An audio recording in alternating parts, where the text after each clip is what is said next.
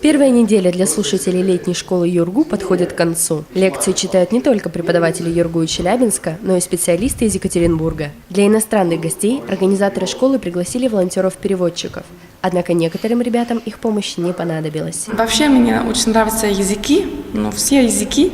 Я выбрала русский язык, потому что мне кажется, что это важный язык. Многие люди говорят по-русски, а поэтому мне было интересно тоже, потому что я интересуюсь в Восточной Европе или тоже, как сказать, бывшем Советском Союзе, такие страны, поэтому я выбрала русский язык. Помимо основных лекций, для слушателей проводят занятия по русскому языку. Русский язык в этой летней школе, он не основной, это как побочный просто. А вообще у них историко-культурное здесь образование, будем так говорить.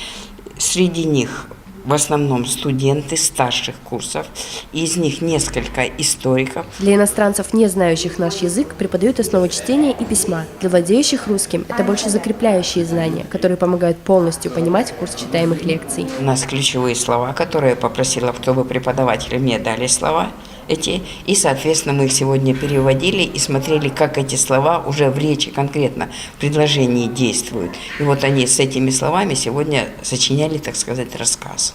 И вот мы посмотрели, как эти слова действуют в речи, чтобы им было понятно. В свободное от лекций время ребята либо готовятся к следующим занятиям, либо отдыхают, изучая наш город. В принципе, я еще не так много видела, но я была в парке здесь недалеко, парк Гагарина, мне кажется, мне очень понравилось там. Я знаю, что там многие озера, я еще только один видела, но я хочу еще посмотреть там.